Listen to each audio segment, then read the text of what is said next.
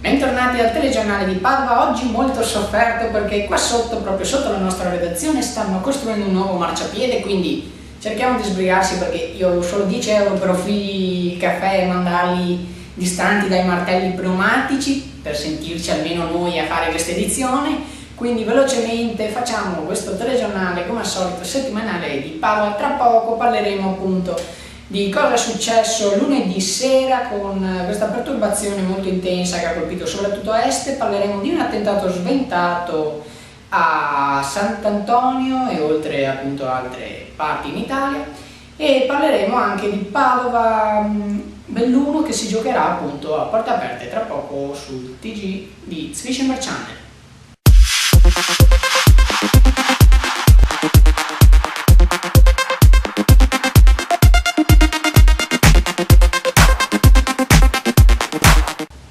Eccoci qua, la perturbazione che aveva colpito duramente Genova è arrivata anche da noi lunedì sera per l'appunto e ha colpito soprattutto e particolarmente la zona di Est, dove una tromba d'aria si è verificata. I danni sono ancora in corso di conta nonostante oggi siamo già giovedì e appunto si dice che siano ingenti per adesso.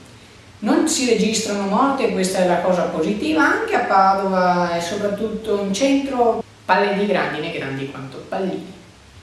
C'era anche Sant'Antonio tra gli obiettivi di alcuni terroristi del Nord d'Africa. C'era anche Sant'Antonio nel mirino dei terroristi nordafricani che stavano tentando appunto, oltre che a Padova, anche a Bologna e in altre città italiane, di mettere a segno degli attentati. Questo lo rivela i servizi segreti del Nord Africa. A novembre verranno accesi gli autovelox presenti attualmente sulle tangenziali che erano già stati piazzati dalla giunta precedente. Finalmente entreranno in funzione, finalmente, non per gli automobilisti che avevano già fatto alzare critiche al momento del loro posizionamento. Alcuni di questi autovelox erano anche stati rubati nel tempo in cui non erano ancora stati messi in funzione. Da novembre, tramite i pannelli luminosi, si potrà vedere 15 giorni prima dell'accensione, quando verranno accesi. Le multe potranno arrivare fino ai 2.000 euro. Dopo il tram anche il filobus. Ecco cosa potrebbe arrivare a Padova con i fondi europei per la mobilità sostenibile.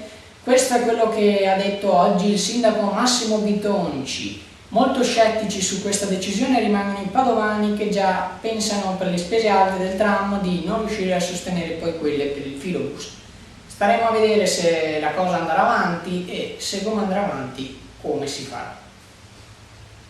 Sempre il sindaco Massimo Bitonci ha affermato che chi non avrà un certificato medico che attesti che non è infetto da virus Ebola non potrà, ovviamente provenendo dai territori a rischio, soggiornare a Padova.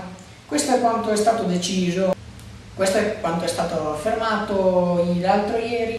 La partita tra il Padova e il Belluno si giocherà a porte aperte. La decisione del giudice sportivo lascerà i nostri tifosi nelle tribune. La probabile decisione di chiudere le tribune era avvenuta dopo l'ultima partita con il Fontana Fredda, quando erano partiti dei cori razzisti dalla tribuna Fattori. Mentre per questa partita decisiva, perché entrambe le squadre sono al principio della classifica, tutte le tifoserie potranno entrare allo stadio. Adesso parliamo della nostra ultima web serie che partirà proprio dalla prossima settimana. Il tema principale sono le domande, ma non vi sveliamo niente perché prossimamente lo vedrete da soli. Vi diciamo solo che in questi periodi su Ask stanno avvenendo delle strane domande. Siamo noi. Bene, io con questo ho concluso, grazie per averci seguito. I lavoratori stanno tornando, quindi devo chiudere qui il nostro telegiornale, anche se abbiamo anche finito le notizie, bene così. Noi ci rivediamo come al solito giovedì prossimo, sempre alle 19:30, sempre qui su Zwischimer Channel. Grazie per averci seguito.